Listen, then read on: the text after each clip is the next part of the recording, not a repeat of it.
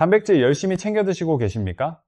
삶은 계란, 닭가슴살, 두부까지 매일 드시는데 근육은 자꾸 빠지고 다리에 힘이 없어지고 있다면 정말 속상하시겠죠? 그런데 단백질이 부족한 게 아니거든요.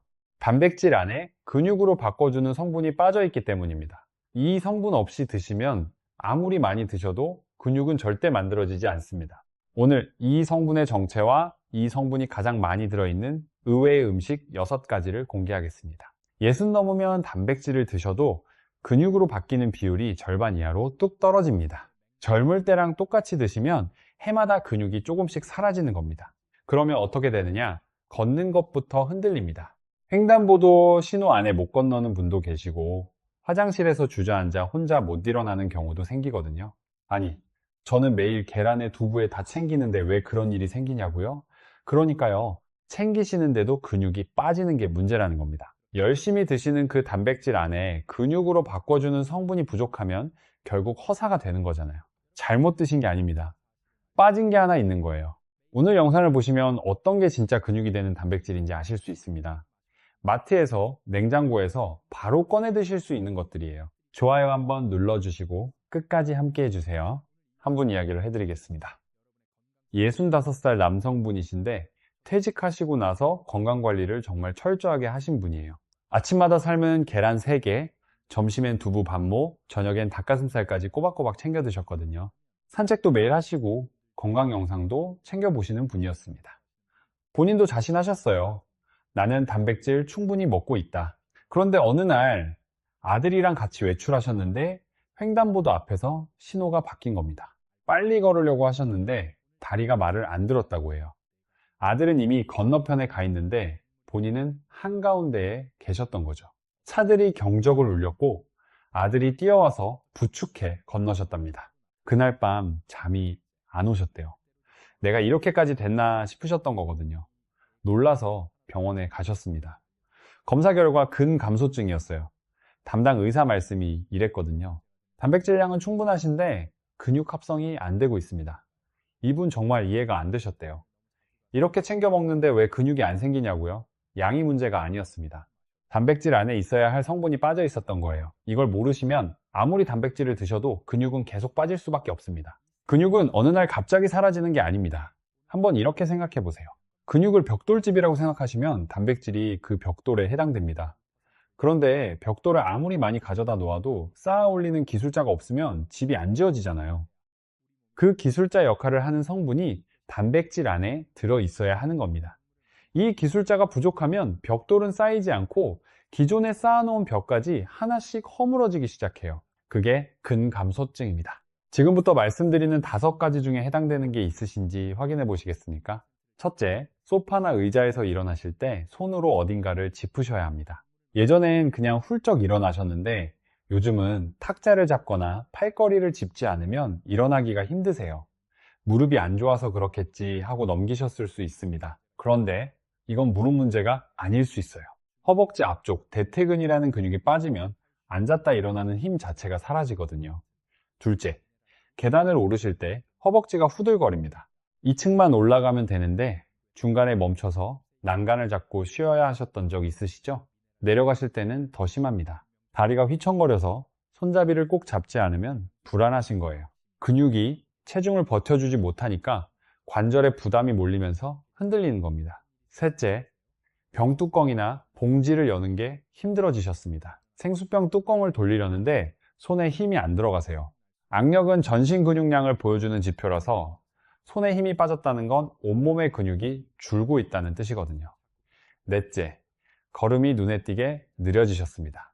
횡단보도 신호가 깜빡이면 불안하시고 같이 걷는 사람한테 자꾸 뒤처지세요. 종아리와 허벅지 근육이 줄어들면 보폭이 좁아지고 발을 들어 올리는 힘까지 약해지는 거예요. 넘어지시는 분들 대부분이 2단계에서 사고가 납니다. 다섯째, 체중은 그대로인데 배만 나오셨습니다. 몸무게가 줄지도 늘지도 않으셨는데 바지 허리가 안 잠기고 벨트 구멍이 하나씩 늘어나셨어요. 살이 찐 게 아닙니다. 근육이 빠진 자리를 지방이 채운 거예요. 숫자는 정상인데 몸속은 정상이 아닌 겁니다. 이게 제일 무서운 거거든요. 자, 몇 개나 해당되셨습니까? 3개 이상이시면 지금 드시는 단백질이 근육으로 가고 있지 않다는 뜻입니다. 나의 탓이라고 넘기시면 안 돼요. 그러면 단백질을 더 많이 먹으면 되지 않느냐? 아닙니다. 양의 문제가 아닙니다. 우리 몸이 한 끼에 처리할 수 있는 단백질은 30g 안팎이거든요. 그 이상 드시면 근육으로 안 가고 그냥 빠져나갑니다. 이 성분의 정체를 말씀드리겠습니다. 우리가 먹는 단백질은 위장에서 아미노산이라는 작은 알갱이로 쪼개집니다. 이 아미노산이 20가지인데 그중 9가지는 몸에서 못 만들어요. 반드시 음식으로 드셔야 합니다. 그런데 이 9가지 중에서 딱 하나, 근육에게 지금부터 만들어라 하고 신호를 보내는 아미노산이 있거든요. 이 신호가 없으면 나머지 8개가 아무리 충분해도 근육 합성은 시작조차 되지 않습니다. 쉽게 말씀드리면 이렇습니다. 공사 현장에 벽돌도 쌓여 있고 인부도 와 있어요. 그런데 감독관이 시작 호루라기를 안 불면 아무도 일을 안 하잖아요. 그 호루라기를 부는 감독관이 바로 이 아미노산이에요. 그 정체는 류신입니다. 류신이 우리 몸 안에서 근육 공장의 전원 버튼을 눌러줘야 합성이 시작되거든요. 부족하면 버튼이 안 눌리는 겁니다. 공장이 멈춰 있는 거예요. 그리고 류신은 몸에서 만들어지지 않습니다. 반드시 음식으로 드셔야만 채울 수 있어요. 국내 대학병원 2곳이 공동 온농으로 발표한 연구가 있습니다. 60세 이상 699명을 대상으로 분석했는데 류신이 풍부한 식품을 꾸준히 드신 그룹에서 근감소증 지표가 확연하게 개선됐어요. 근육량도 늘었고 근력도 올라갔습니다. 단백질 총량이 아니라 류신 함량이 결과를 갈랐던 거거든요. 그런데 류신 보충제부터 사시면 안 됩니다. 류신만 따로 드시면 아미노산 균형이 무너져서 간과 신장에 무리가 갈 수 있어요. 해외 대학 연구에서도 자연식품으로 드신 그룹이 보충제 그룹보다 흡수율이 2배 높았거든요. 보충제 사지 마세요. 오늘 알려드리는 6가지 음식이면 충분합니다. 그리고 아무리 좋은 단백질을 드셔도 이 3가지 습관을 고치지 않으시면 소용이 없습니다. 하나, 식사 중에 물을 벌컥벌컥 마시지 마세요. 위산이 희석되면 단백질 분해가 안 됩니다. 분해가 안 된 단백질은 몸이 흡수를 못해요. 그냥 빠져나가는 겁니다. 식사 30분 전이나 1시간 후에 드세요.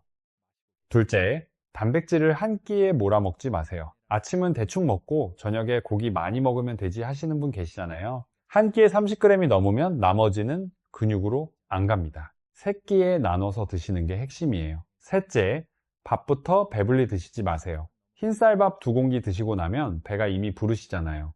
탄수화물 먼저 많이 드시면 인슐린이 올라가서 단백질이 근육 합성 쪽으로 잘 안 갑니다. 반찬 먼저, 밥은 나중에. 이 순서만 바꾸셔도 달라집니다. 자, 6가지 음식 알려드리겠습니다. 첫 번째, 정어리입니다. 꽁치도 같은 급이에요. 정어리요? 하시는 분 계실 겁니다. 연어도 아니고 참치도 아니고 정어리라고요? 네, 맞습니다. 정어리 100g에 류신이 약 1.9g 들어있거든요. 닭가슴살이랑 비슷한 수준입니다. 그런데 가격을 보세요. 마트에서 꽁치 통조림 하나에 3,000원도 안 해요. 연어 한 팩이면 10,000원이 훌쩍 넘잖아요. 류신 함량은 비슷한데 가격은 3배 넘게 차이가 나는 겁니다. 뼈가 들어있으니까 칼슘까지 같이 챙기시고 혈관에 좋은 성분까지 덤이에요. 캔 따실 때 위에 뜨는 기름 절대 버리지 마세요. 류신이 그 기름에 녹아 있거든요. 버리시는 순간 돈 주고 산 류신을 반이나 싱크대로 흘려보내시는 겁니다. 된장 반 큰술만 넣어보세요. 비린맛을 확 잡아주면서 감칠맛까지 올려줍니다.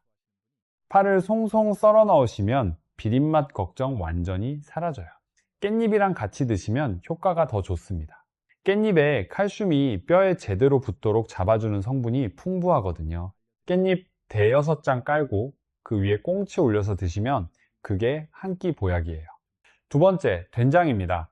콩이 식물성 단백질의 대표라는 건 맞습니다. 그런데 콩을 그냥 드시면 류신이 거의 안 나와요. 콩 단백질이 너무 단단하게 뭉쳐 있어서 소화 과정에서 류신이 제대로 분리가 안 되거든요. 그런데 발효시키면 상황이 완전히 달라집니다. 발효 과정에서 미생물이 단백질을 잘게 분해하면서 안에 갇혀있던 류신이 밖으로 풀려 나오는 거예요. 그 결과 류신이 28배로 뛰어올랐습니다. 같은 콩인데 발효 한 번 거치니까 28배예요. 청국장은 더 좋습니다. 끓이면 균이 죽지 않느냐고요? 균은 죽을 수 있어요. 그런데 류신은 안 죽습니다. 열에 강하거든요. 안심하고 끓여 드시면 돼요.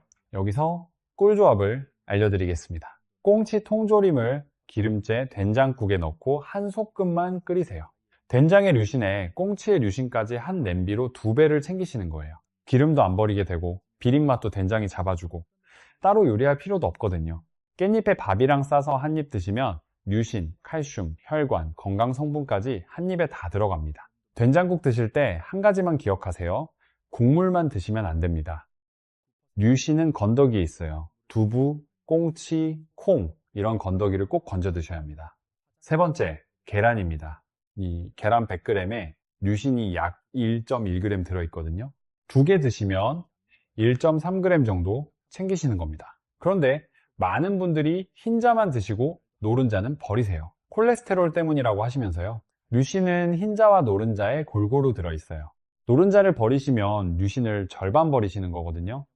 국내 대학병원 연구에서 하루 2~3개까지는 혈중 콜레스테롤에 거의 영향을 안 준다고 나왔습니다.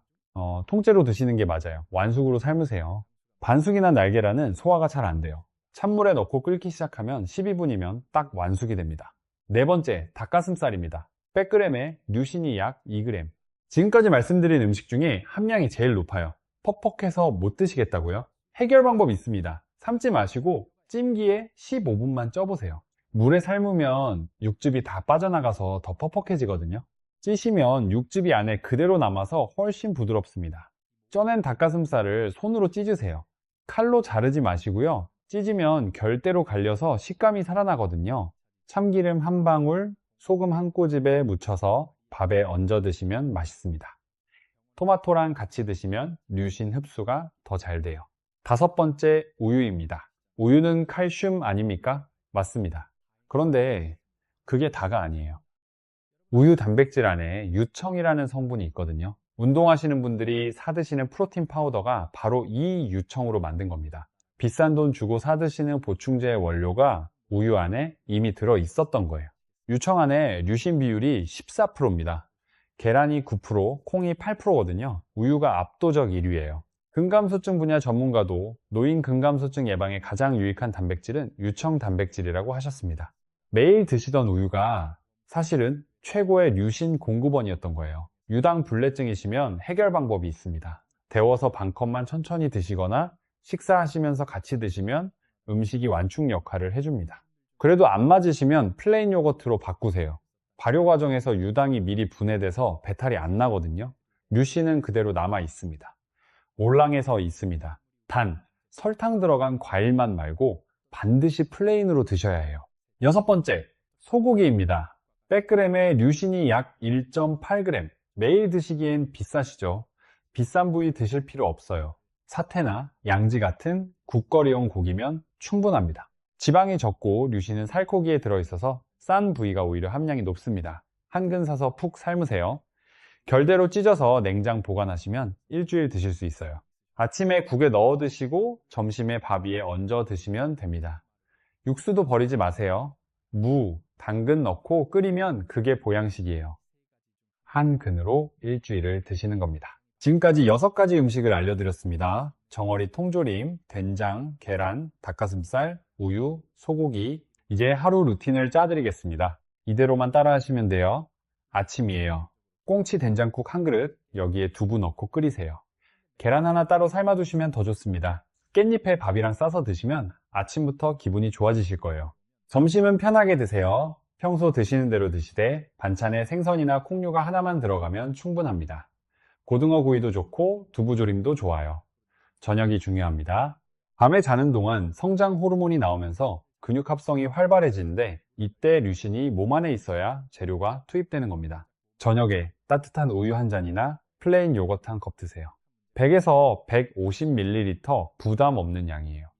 잠들기 전에 류신이 채워져 있으면 밤새 성장 호르몬이 류신을 가지고 근육을 만들어줍니다. 자면서 근육이 만들어지는 거예요. 여기에 햇볕 15분에서 20분만 쬐시면 비타민 D가 만들어져서 류신 흡수를 도와줍니다. 그리고 식후에 딱 한 가지만 해주세요. 앉았다 일어서기 5번입니다. 혈류가 늘어나서 류신이 근육까지 쭉 전달되거든요. 5번이면 됩니다. 무리하실 필요 없어요. 아까 횡단보도 한가운데에서 멈춰 서셨던 그분 기억나시죠? 이분이 이 방법을 그대로 따라 하셨습니다. 비싼 보충제는 끊으셨어요. 대신 아침마다 꽁치 된장국 한 그릇, 저녁에 따뜻한 우유 한 잔, 이것만 시작하셨습니다. 처음엔 비리셨는데 된장을 넉넉히 넣고 파를 송송 썰으니까 괜찮아지셨대요. 이분이 처음 느끼신 변화가 뭐였냐면요. 소파에서 일어나실 때 팔걸이를 안 잡으셨대요. 어느 날 무심코 그냥 일어나셨던 거예요. 본인도 모르게 달라져 있었던 겁니다. 계단도 난간 안 잡고 2층까지 올라가셨는데 허벅지가 안 떨리더라고요. 생수병 뚜껑도 혼자 여시면서 손주한테 할아버지가 열어줄게 하시고 진짜로 열어주셨대요. 별거 아닌 것 같지만 이게 제일 기뻤다고 하셨거든요. 석 달 후에 병원에서 검사를 다시 받으셨습니다. 근육량이 늘어 있었어요. 근감소증 경계선을 벗어나신 겁니다. 그리고 그 횡단보도를 다시 건너셨습니다. 신호가 깜빡이기 전에 넉넉하게 건너셨다고 해요. 이분이 이렇게 말씀하셨어요. 아들 앞에서 다시 걸을 수 있다는 게 이렇게 감사한 줄 몰랐습니다.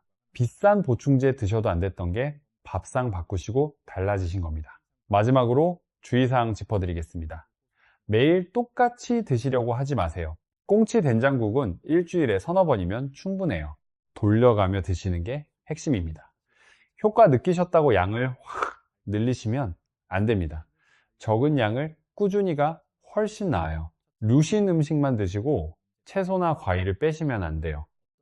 나물 반찬이나 제철 과일 같이 올리시면 그게 균형 잡힌 밥상입니다. 며칠 해보시고 효과가 안 느껴진다고 그만두시면 안 됩니다. 근육은 하루 아침에 생기는 게 아니에요. 석 달만 가보세요. 그리고 신장이 안 좋으시거나 당뇨가 있으신 분들은 반드시 담당 의사와 상담하시고 시작하세요. 오늘 핵심 한 문장입니다. 단백질 양이 아니라 단백질 안에 들어있는 유신이 근육을 결정합니다. 정어리 통조림, 된장, 계란, 닭가슴살, 우유, 소고기, 이 6가지면 충분합니다. 비싼 보충제 필요 없어요. 냉장고에 있는 것으로 오늘부터 시작하실 수 있습니다. 우리 세대는 자식 키우느라 내 건강은 뒤로 하셨습니다. 이제 손주들과 공원에서 뛰어놀려면 우리 건강 챙길 때입니다. 아직 늦지 않았어요. 오늘부터 시작하시면 됩니다. 댓글로 딱 한 가지만 남겨주세요. 나는 내일부터 이걸 시작하겠다. 꽁치 된장국이든 저녁 우유 한 잔이든 딱 하나만 적어주시면 그게 약속이 됩니다. 다른 분들 댓글 보시면서 서로 힘이 되시기도 하고요. 오늘 영상이 도움이 되셨다면 좋아요 한번 눌러주세요. 구독과 알림 설정까지 해주시면 다음 영상도 놓치지 않으실 수 있습니다. 오늘도 끝까지 함께 해주셔서 감사합니다. 우리 모두 건강한 하루 되시길